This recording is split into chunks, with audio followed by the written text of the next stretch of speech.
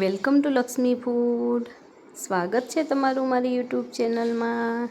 તો ચાલો આજે આપણે બનાવવાના છીએ ઉપવાસમાં ખાઈ શકાય તેવી સરસ મજાની ફરાળી મીઠાઈ એટલે કે પંચરત્ન હલવો. આવો સરસ મજાનો હલવો બનાવવા માટે તમે મારી વિડીયોમાં લાસ્ટ સુધી બન્યા રહેજો. અને હજી સુધી જો ચેનલને સબસ્ક્રાઈબ ના કરી હોય તો ફટાફટ સબસ્ક્રાઈબ કરી દેજો અને બાજુમાં આપેલા બેલ આઇકોનને પ્રેસ કરી દેજો, જેથી કરીને આવનાર તમામ નવી રેસીપીના વિડીયો ફટાફટ તમારી સુધી પહોંચી જાય. અને આ પંચરત્ન હલવો બનાવવા માટે આપણે અહીંયા ગાજર લઈ લીધેલા છે.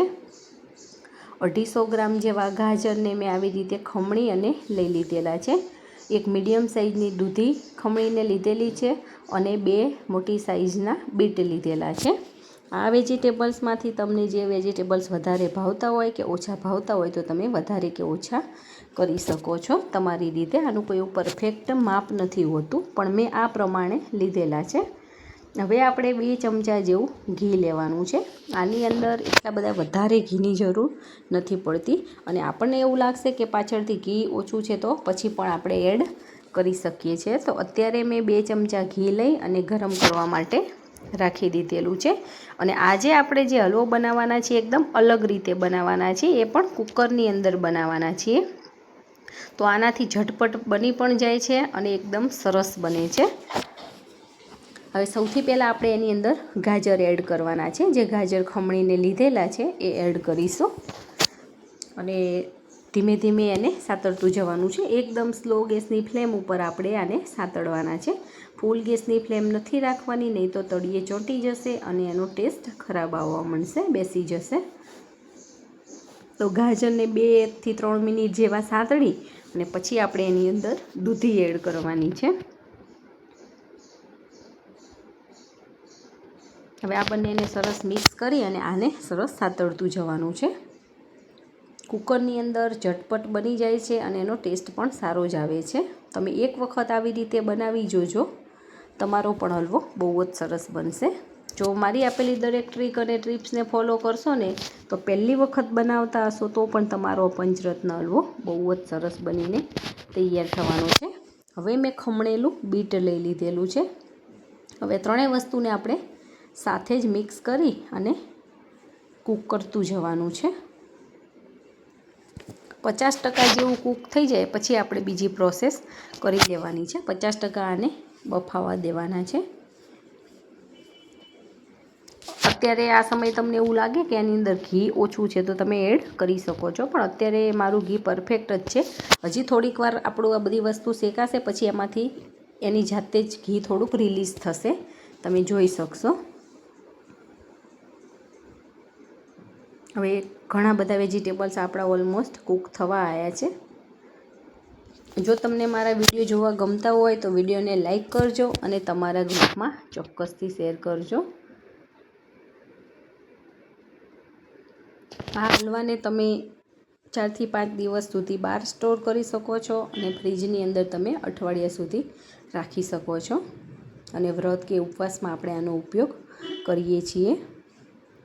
તમે જોઈ શકો છો આપણા વેજીટેબલ્સની ક્વોન્ટિટી ઘણી બધી ઓછી થઈ છે અને એકદમ સરસ સ્મૂથ થઈ ગયા છે, સોફ્ટ પડી ગયેલા છે. અને બીટ નાખ્યું છે એટલે એનો કલર પણ એકદમ ઓરિજિનલ રેડ કલર જેવો આવેલો છે. હવે એક બાજુ આપણે દૂધને ગરમ કરવા માટે રાખી દીધેલું હતું. 500 ml મેં દૂધ લીધેલું છે અને દૂધ આપણે એકદમ સરસ ગરમ કરીને જ લેવાનું છે. ઠંડુ દૂધ આની અંદર એડ નથી કરવાનું, એ વસ્તુનું ખાસ ધ્યાન રાખવાનું છે. 500 ml દૂધને આપણે આમાં એડ કરી દીધેલું છે. હવે વેજીટેબલ સાથે દૂધને સરસ મિક્સ કરી લેવાનું છે. આપણે આની અંદર આમ તો 1 લીટર જેવું દૂધ જોઈતું હોય છે, પણ હું આની અંદર હજી માવો પણ એડ કરવાની છું, એટલે આપણે દૂધનું પ્રમાણ થોડુંક ઓછું લીધેલું છે. આપણા બધા જ વેજીટેબલ્સ ડૂબા થઈ જાય એટલું દૂધ આપણે લેવાનું છે.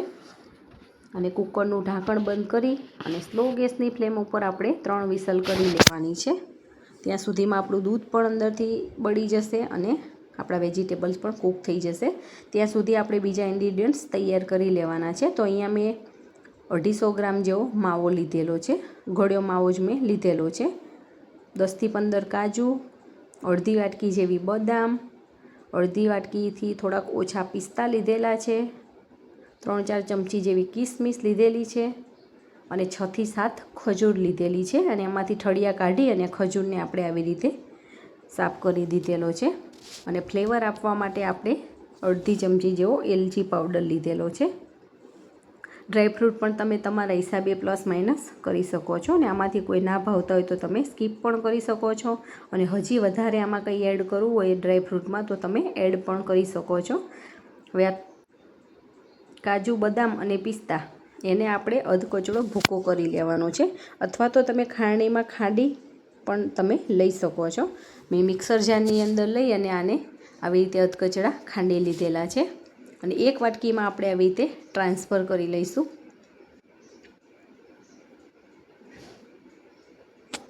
હવે બીજી આપણે પ્રોસેસ કરવાની છે કે બધા ડ્રાયફ્રૂટને સાતળવાના છે અને માવો પણ આપણો શેકીને લેવાનો છે. તો એના માટે મેં 1.5 ચમચા જેવું ઘી લીધેલું છે.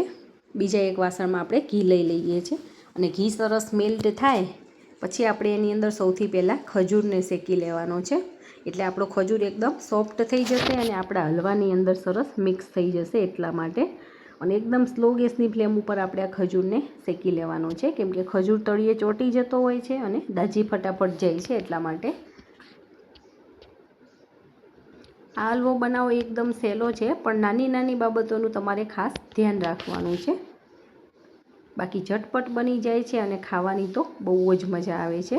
તો એક વખત તમે આ હલવો બનાવીને ખાશો તો તમને વારે વારે બનાવીને ખાવાની ઈચ્છા થશે અને બધાને ભાવે એવો સરસ મજાનો આપણો પંચરત્ન હલવો બનીને તૈયાર થાય છે.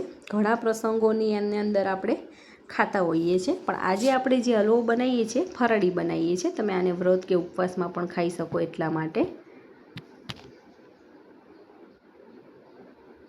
2 થી 3 મિનિટમાં તમે જોઈ શકો છો આપણો ખજૂર એકદમ સરસ સોફ્ટ પડવા આવ્યો છે અને એકદમ સ્લો ગેસ રાખ્યો છે તો પણ નીચે ચોંટવા આવ્યો છે. હવે આ સમયે આપણે એની અંદર માવો એડ કરી લેવાનો છે અને માવો પણ સરસ શેકી લેવાનો છે અને બંને સરસ મિક્સ થઈ જાય એકદમ પછી આપણે એમાં ડ્રાયફ્રૂટ એડ કરીશું. આ પ્રોસેસ કરવી ખાસ જરૂરી છે, આનાથી આપણા હલવાનો ટેસ્ટ બહુ જ સારો આવે છે.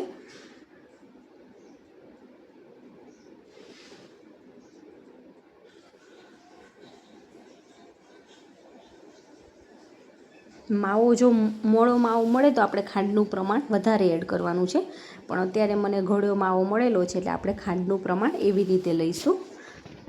એ વસ્તુનું ખાસ ધ્યાન રાખીશું. હવે એની અંદર આપણે ડ્રાયફ્રૂટ એડ કરી લેવાના છે, જેથી કરીને ડ્રાયફ્રૂટની પણ કચાશ દૂર થઈ જાય અને ઘીમાં સરસ સતળાઈ જાય એટલે એનો ટેસ્ટ પણ બહુ સારો આવશે.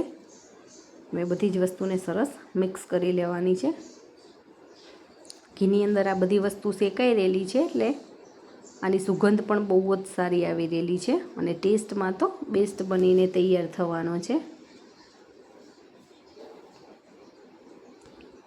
બધું જ ઘી આની અંદર એબ્ઝોર્વ થઈ ગયેલું છે.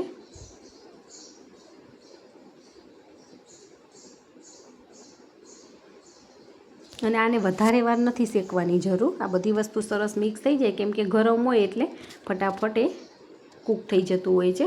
હવે આપણે ફ્લેવર માટે થોડોક એલચી પાવડર લીધેલો છે, એ પણ નાખીએ છીએ. આની અંદર થોડુંક જાયફળ એડ કરવું હોય તો પણ કરી શકાય છે, પણ ઘણી વખત બાળકોને ના ભાવે એટલે આપણે આની અંદર નથી એડ કરતા, ફક્ત એલચી જ એડ કરેલી છે. હવે કુકરમાંથી હવા રિલીઝ થાય ત્યાં સુધી આપણે આને રાખીએ છીએ. થોડીક એર હોય એને કાઢી લઈ અને આપણે કુકરનું ઢાંકણ ખોલી લેવાનું છે. તો તમે જોઈ શકો છો 7 થી 8 મિનિટની અંદર આપણું બધું જ દૂધ આમાં એબ્ઝોર્વ થઈ ગયું છે અને આપણા અંદર વેજીટેબલ્સ પણ સરસ કૂક થઈ ગયેલા છે. હવે આની અંદર આપણે ખાંડ એડ કરવાની છે. મેં 200 ગ્રામ જેવી ખાંડ લીધેલી છે. તમે કેવું ગળ્યું ખાવો છો એના પ્રમાણે તમારે આમાં મીઠાશ એડ કરવાની છે.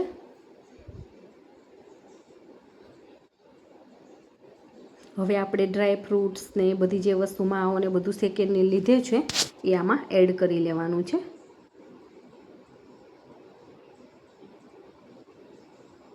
અને આ પ્રોસેસ આપણે બંધ ગેસ રાખીને જ કરવાની છે.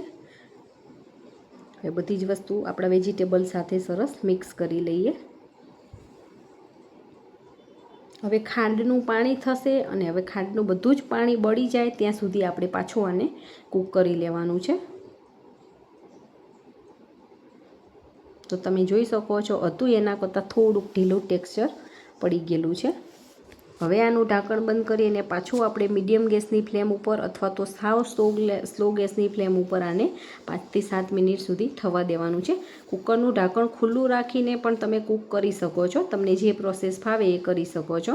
ગેસ બિલકુલ ફૂલ નથી કરવાનો, નહીં તો તળિયે ચોંટી જશે અને એનો ટેસ્ટ ખરાબ થઈ જશે. કેમ કે હવે આની અંદર આપણે માવો ને બધું એડ કર્યું છે એટલે નીચે ચોંટી જવાની બીક લાગતી હોય છે. તો 6 થી 7 મિનિટ પછી આપણો હલવો બનીને તૈયાર થઈ ગયેલો છે. હવે એક સર્વિંગ બાઉલ લઈ અને મેં હલવાને સરસ સર્વ કરી દીધેલો છે. હવે ઉપરથી થોડાક ડ્રાયફ્રૂટની કતરણ નાખી અને આપણે સરસ ગાર્નિશિંગ કરી લેવાનું છે. તો એકદમ આનો ઓરિજિનલ કલર મસ્ત આપણે બીટ નાખ્યું છે એટલે રેડ કલર જેવો આવેલો છે. આની અંદર આપણે કોઈ કલર કે એસેન્સ કે એવું કશું જ એડ નથી કરેલું, ઓરિજિનલ આપણે બનાવેલું છે.